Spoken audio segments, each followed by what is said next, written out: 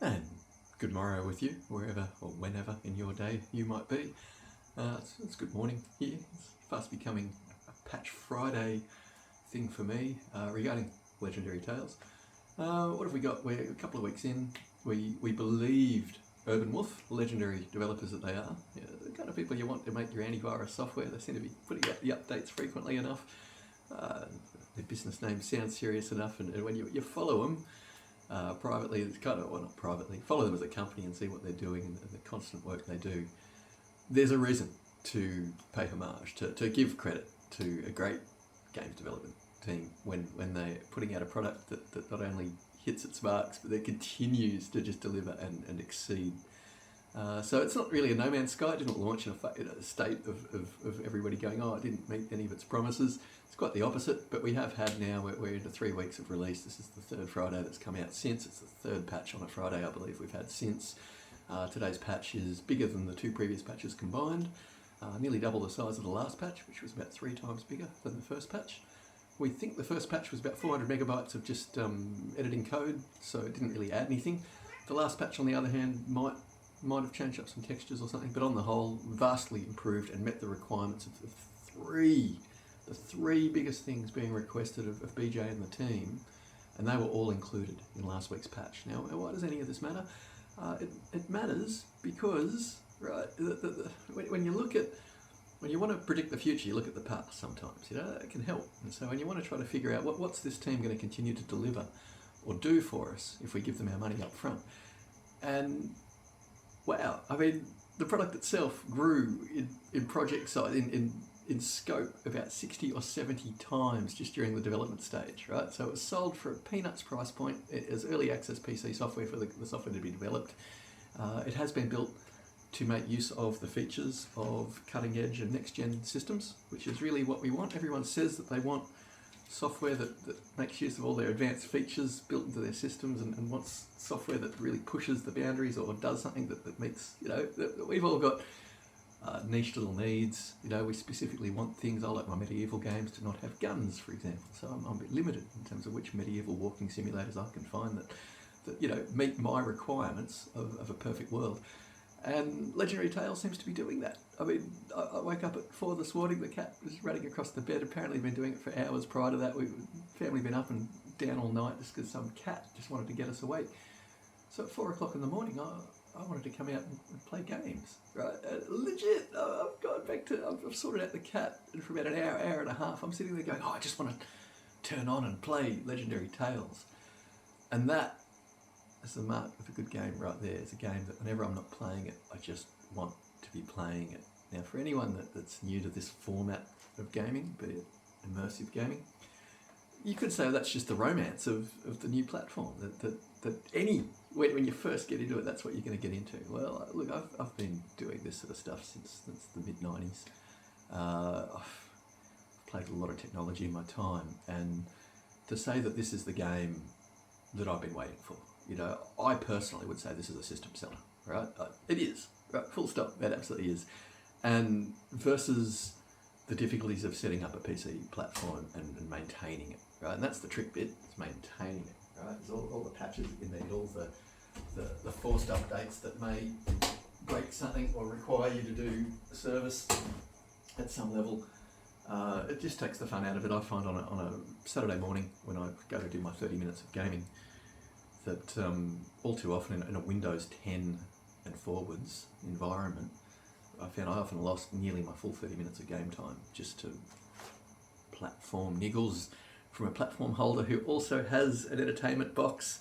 And by making the productivity platform as bad as it is at doing entertainment, they sell entertainment boxes, right? So ethically, I will not touch that platform after decades of being a PC technician. Threw that in. Right now, I'd rather be a street sweeper, bus driver, whatever. Anything that uses my hands and not the frustrations of dealing with one particular provider in the market. So when it comes down to service channels and getting value for your money, value for your time investments, even if you just look at it as your time investments working hard to earn your money, you want to come and you want to buy an entertaining product. All right, Legendary Tales does sell for more, all right, get this, it's not quite twice the cost, of the remasters of early 90s RPGs. Right, full stop, right there. So people say, oh, it's not good value for money because other software sells cheap. Okay, well, let's just look at anything by Ubisoft, anything by Electronic Arts, anything by the big dogs who they completely devalue their software within 6 months of it coming out. Right? Within 3 months, you know you're going to get a certain discount. Within 6 months, a certain discount. Within 9 months, you're going to get a certain discount. 1 year, here we are later, the latest Need for Speed game is 90% off. Right? I said the latest one from a year ago. So, right, if the big companies that are leading the industry don't recognise, if they don't support their industry, if they're just trying to make fly-by-night money and they're the death of the industry and they're the leaders, right? Anyone that does anything different to them shouldn't be criticised, right? Somebody trying to ask for fair money for software that they've spent many, many years developing, fine by me. And as someone that spent $130 in local currency, that's Australian dollars, for Sega Master System role-playing games, right? They were heavy cartridges, sure. They might have come with a little booklet to try to justify the extra $30 to $50 over the regular games. But some of those heavier cartridges with half a megabyte of ROM chips in them, right? So decades down the track, someone comes out and charges a lot less than Pac-Man cost on the Atari 2600 for software that has been written from the ground up to make use of the platform, right? So it's brilliant. It's priced right. It's priced right when, and this is why I do this rant before I begin the software for the day or to try out the new patch, is that we've found a team that are going on and they're still servicing. You can tell my cat's food time is 5 minutes from now. Apologies there. This is a software development team who continues to deliver, right? So BJ, the guy that's arguably the head of Urbanwolf, had said quite explicitly that when the software launches, that he'll keep the team together before it gives them the holiday, the break they've earned over the last few years, finally time to spend time with their loved ones. The commander of the ship said, look, we're going to put out a couple of patches just to make sure that the software, is working the way it should be, and then the team will get a break. So in all honesty, I thought last week's patch, especially with how big it was and the fact that it redressed 3 or 4 biggest points that anybody across Discord or anywhere had been coming at the team saying, this is what we want, and all those things have been implemented. Right? So this is a team that are actively listening, are trying to reflect on, does it change the vision of their game? Is it going to keep the product being the great product that it is? They're trying to figure out ways to incorporate these changes and improve the software. They are improving the software. They're doing the due diligence. And, really it's to whether or not we as the clientele support them. If we give them reason to have legs on this platform, it might just be that they continue to support this software and take it even further. Alrighty, so at this point I should probably be getting this one started. It's going to ask me to put all my bits and pieces on. Look, my mixing levels are all over the place. I've changed my audio rig. I've lost my ability to just dial in 40 on the preamp and have everything mixed right. So look, apologies. I am just going to throw it on. I'll just run around a bit. Really, my rant was here at the start just to say that a new patch has come out. We're 3 weeks in. We're still getting these fantastic bits of software resculpting. Look, a lot of the changes that they're making probably aren't going to be the things I notice per se. If I'm not doing a lot of the multiplayer online stuff, and generally whenever an online game comes out, it's the first few patches get the game world balance that's required done. So my guess is that I can't even see half the changes or improvements that have probably been implemented. Alright, so I've got play space, I do, I've got controllers, yes, okay, here we are in the game world, it's feeling as fast as ever, loving it. Okay, so I'm just going to quickly put the controllers down, and it just helps me a little bit to have, I could go through the speakers, I should probably just go through the speakers. I'm not playing seriously enough to need surround sound. Sense of where things are.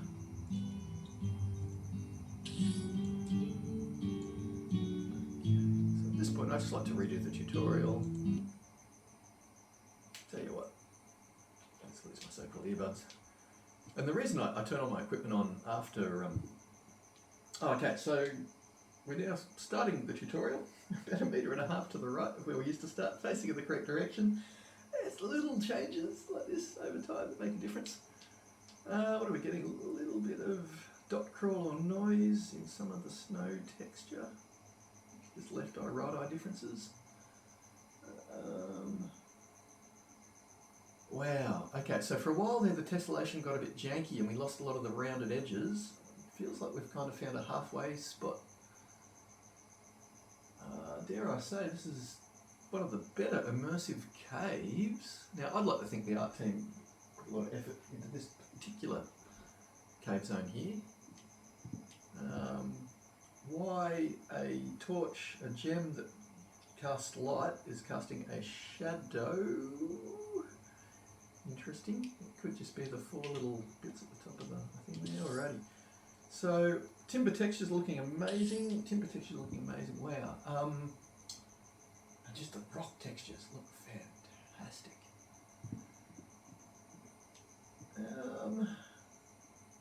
There appears to be a shimmer in fine snow, which has the contrast issue of being dark and bright side by side. So if 2 pixels fighting with each other are going to be discernible to the brain, that high contrast stuff. Okay, so the snow there is super soft. It's like it's gone really low res, but the rock design and the way everything is mapped onto that, some textures might not be as super crazy high res as the others, but dare I say they might have done some graphical stuff here. Okay, so I'm going to grab that. So one of the things I did was swap to the hybrid style of holding. So now the touch controllers, essentially, for a while when you first hold your weapon, you're literally holding it, and then you can actually let go. So 2 stages here. So at the moment I'm pulling the trigger in, I've now let go of the button, and it's just rendering that my fingers are still touching it, which is really good if you want to throw something. It just makes the throwing a lot better, a lot better. I played around with the grip styles for a while there, and I found that for the throwing, the holding it with your fingers was really immersive and really good. Oh, there's a nice dust that'll pick up there in the air when I break something. Oh wow! Okay, so there's a dust explosion that happens now when you break things. It might have been there earlier, but I'm only seeming to be noticing it now. Alright. So I'm not really caring if I changed the spelling on any of the Corelli stuff there or whatever. Okay, the resolution of the sword might be higher. For a while there was going to be janky. Oh, that looks so good.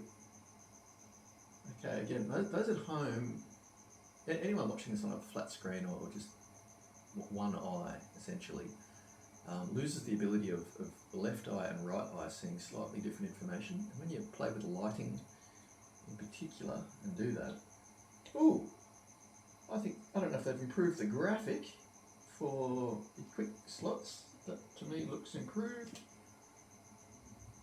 I'll actually stuff that. Over, no. Oh wow, I just caught the axe on the back of my shield. That's so cool. Yeah, and just being able to throw things from one hand to another is pretty incredible. Now, humans can learn any skill by repetition, but what I found is that the time it took for me to retrain my brain to be able to flick a weapon in the air and catch it was about 3 attempts, which is about the same in life if you're practicing any skill. You'll actually find that the immersion of this world is just... Oh wow, I don't know if they're changing the physics to be different levels of weightiness.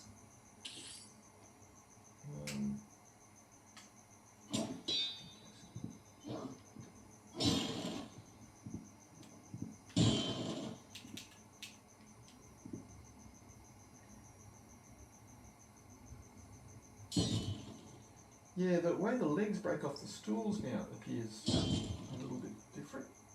Oh, they might have added a few more breakpoints on some of the items. needless to say that they're constantly working, they're constantly putting the effort in. And running around in a 3D immersive world like this is just a dream come true for so many gamers. For me, this is gaming perfection.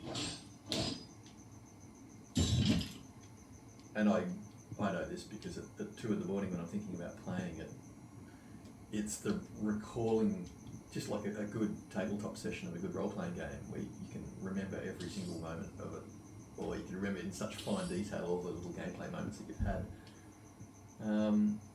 Still kind of look at them as giant potatoes, could be rocks. It just feels a little bit more popish. I don't know if they've just got a little bit more clutter, or they've it could come down to that tessellation, but they've just made things a little bit more, feels dynamic.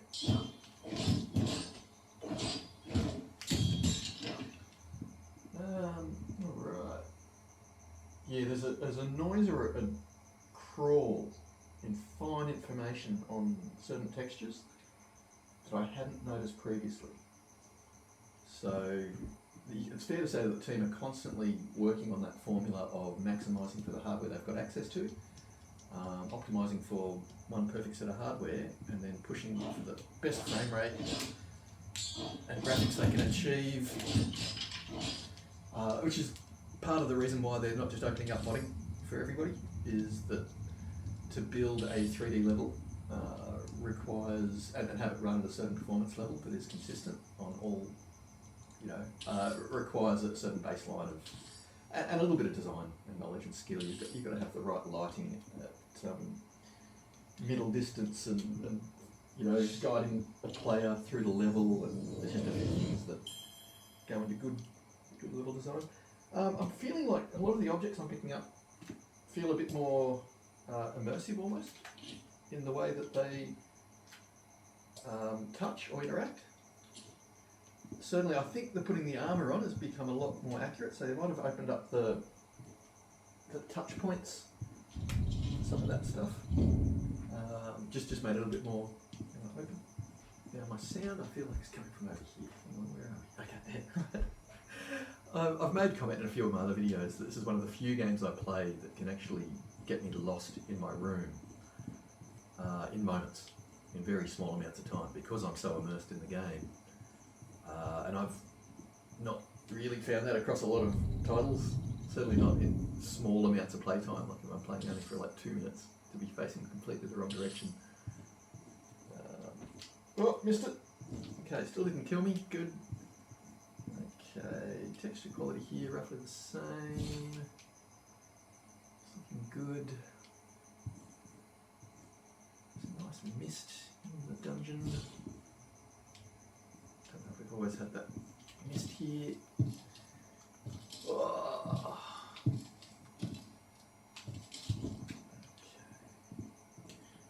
Still not a giant fan of ladders.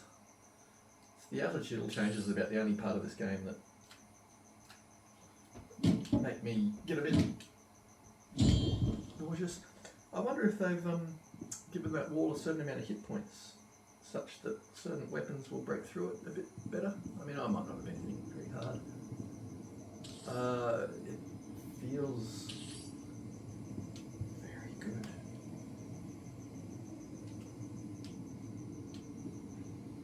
Yeah, I don't know if they've improved all the textures, but the quality of the metal down to the cork, actually.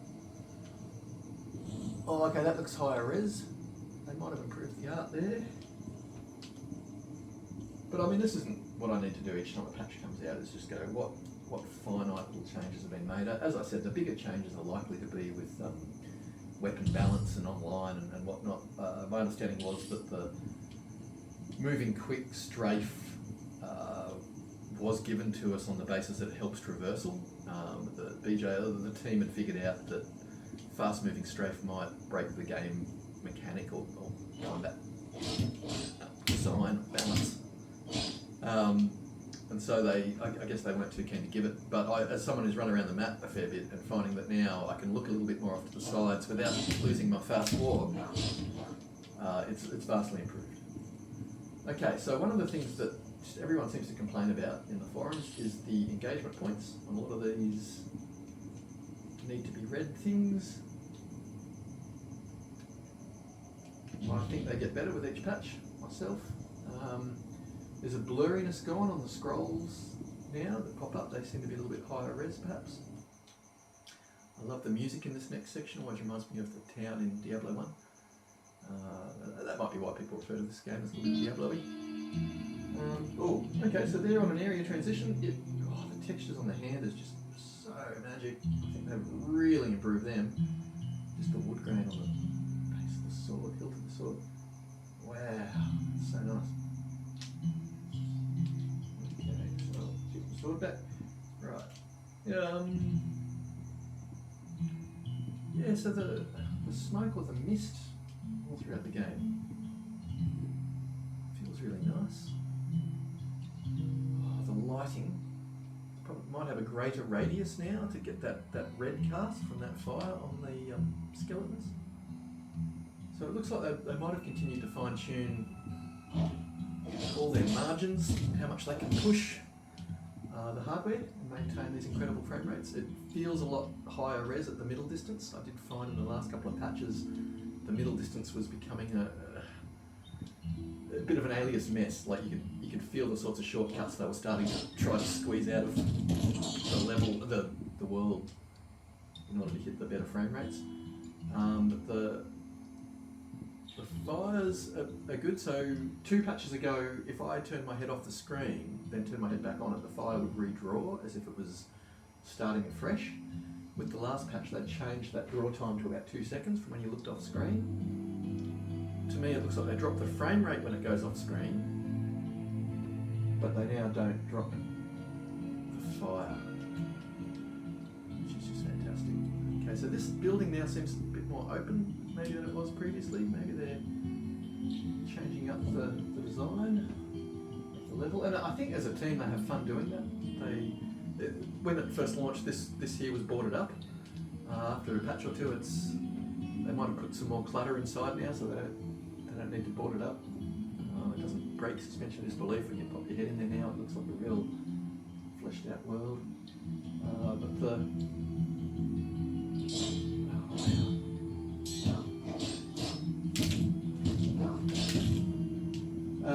yeah, this is epic. So I'm just going to finish this tutorial. It won't take me long, and then I will quit out. Thank you for giving me the time you've given me on this video. It's now getting to the point of being longer than I really wanted it to be in a short video. But it's definitely, I can see improvements. Look, yeah, just being able to engage all these things, the quality of these text box, all these scrolls that come up. This is all better stuff. Yeah, that was it.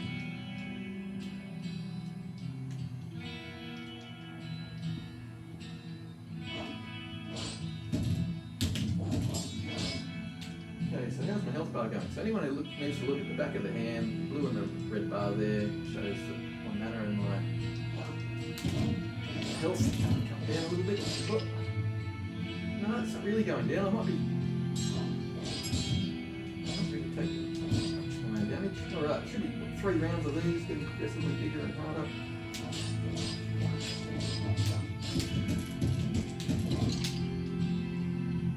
And it's only because I've done it a few times to glitch it out and test it. Yeah, so the amount of red on the skeleton closest to the fire is a lot more than the one slightly further away from it. And it lights up all inside their rib cages and whatnot. Oh, just the bounce points. The tip of his sword lifted the ribs of this guy.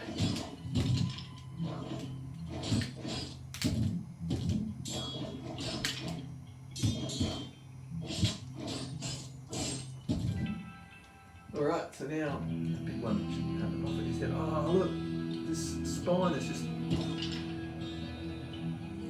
don't know if they've added triangles, more collies.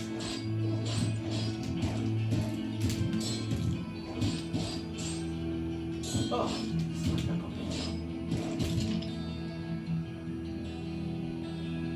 but for all I know, I mean they've rendered all the audio now in Tempest that I'm missing out on. You know, like I'm not really testing it out, but I'm only doing same little bit of tutorial, but I'm not even engaging with it like a regular gamer would.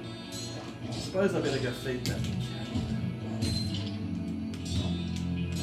The combat doesn't seem to grow old, and if it does, there's certainly the value of playing the game to be had until that moment happens.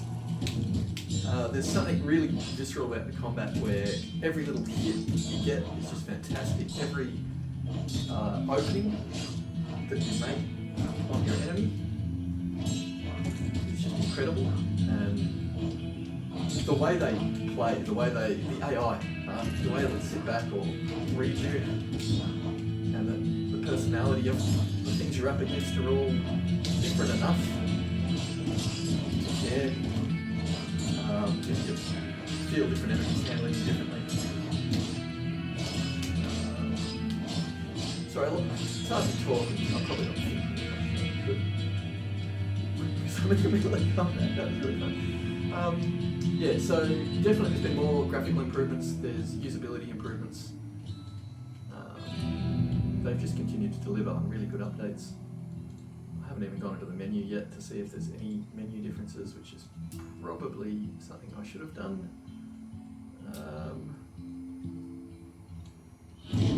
Alright, there we go, one charge dash at that, and the dash seems to hurt.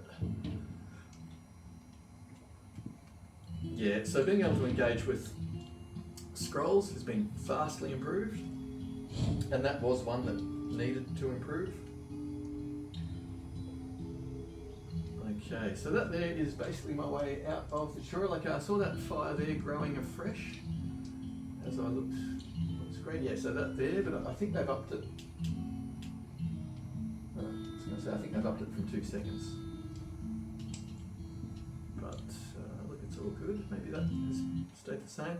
Okay, there's still a little bit of a glitch in the portal graphic, which was introduced with the last patch or update. So you expect there to be a bit of a time between having something reported and identified to when it is implemented and changed. The fact that they've put out 3 patches, basically one a week, has been really good. Ooh, yes, they have, I believe, upped a few options in the menu. With things like the play posture having been added, which opens up the ability for more people to play it, arguably.